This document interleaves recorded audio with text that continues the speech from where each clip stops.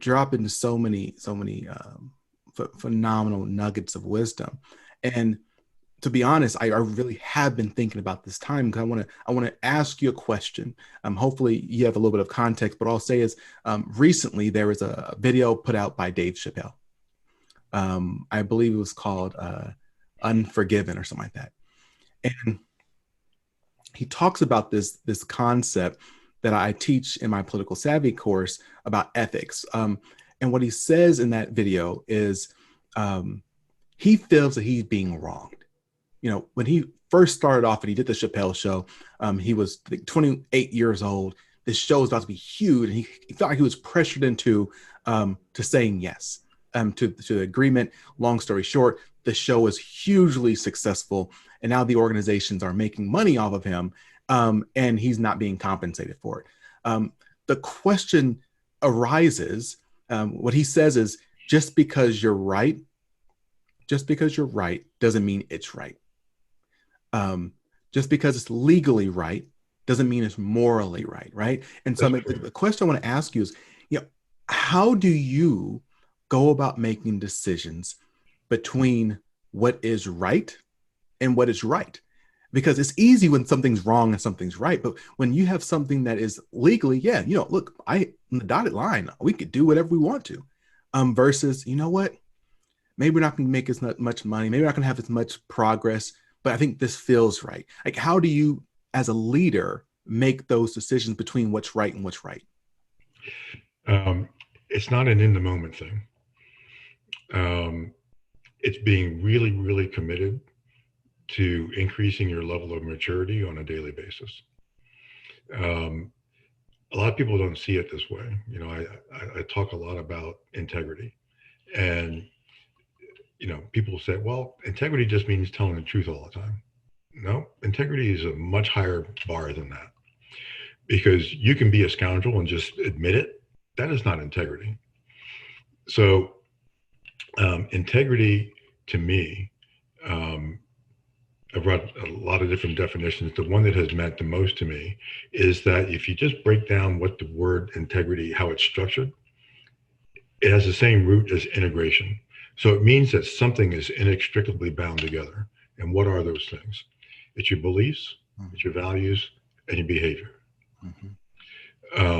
Those things are complex. There's a reason why we so often as human beings go, if I'd only known, I would have done it differently. Things come at us so quickly that if you don't have what I call maturity of really understanding what your belief system is, really understanding what your value system is, and then just being committed to aligning your behavior with that, right? Because that's how at the end of life, you'll have the shortest possible list of things in the coulda, woulda, shoulda categories. And you let that be your guide. Now, we're human, and it's a maturation process. It's a lifelong maturation process. So you're going to make mistakes. You're going to accumulate regrets. But again, go back to your core sense of worthiness and don't let that define you. What defines you is your commitment to doing it right the next time. And the Gallup organization does all of these polls continuously. You may not know this, but they are polling somebody somewhere every day, multiple times a day. And one of the things they do internationally and on a state-by-state basis is they are grading people's well-being. And it's just 5 dimensions of well-being. I don't need to go through that, but they've correlated the relationship of a sense of well-being with personal income. And after someone makes roughly $100,000, well-being no longer correlates with income. Because it has nothing, what people have a sense of well-being when they have a strong sense that they're living according to their integrity. And so when you understand that more money, more power isn't really going to make you happier, doing the right thing is what's going to give you peace on earth. So I love this because I too agree with you. I didn't know where you were going to go with this. And as soon as you started going, I was vibing with you. I always tell people that you should identify your values like now, like today, because at some point, if you're going to continue moving forward and moving in more senior level positions, you're going to have opportunities. And at some point, something's going to come past your desk that is going to maybe be very beneficial for you, but maybe it's not ethical. Maybe it's not legal. And you're going to be faced with a decision to make. And it may be a difficult decision. Maybe you need that money to take care of your family, whatever it may be.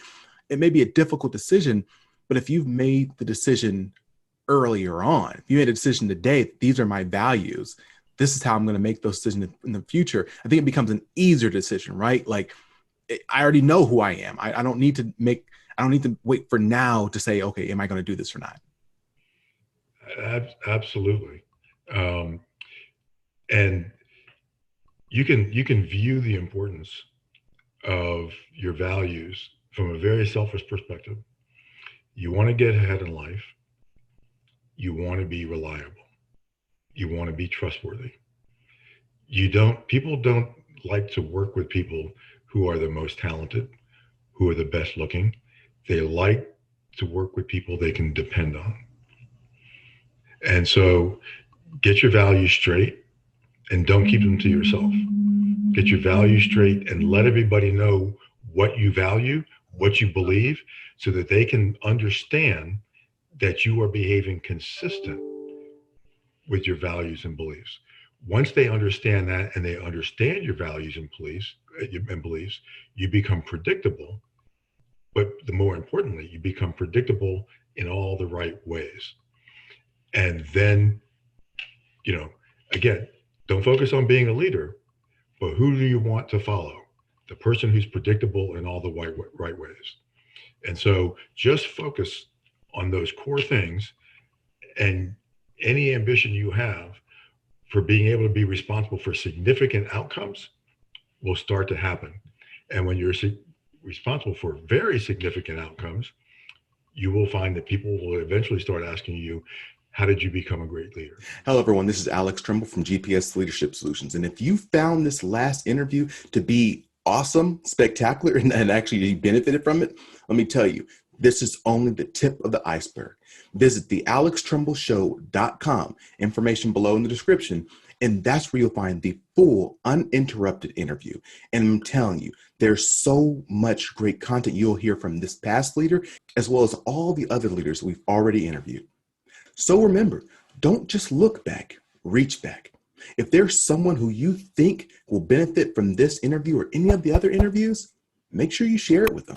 Click the like, click the subscribe, and as I always like to end all my sessions, stay strong, stay positive, and definitely stay moving.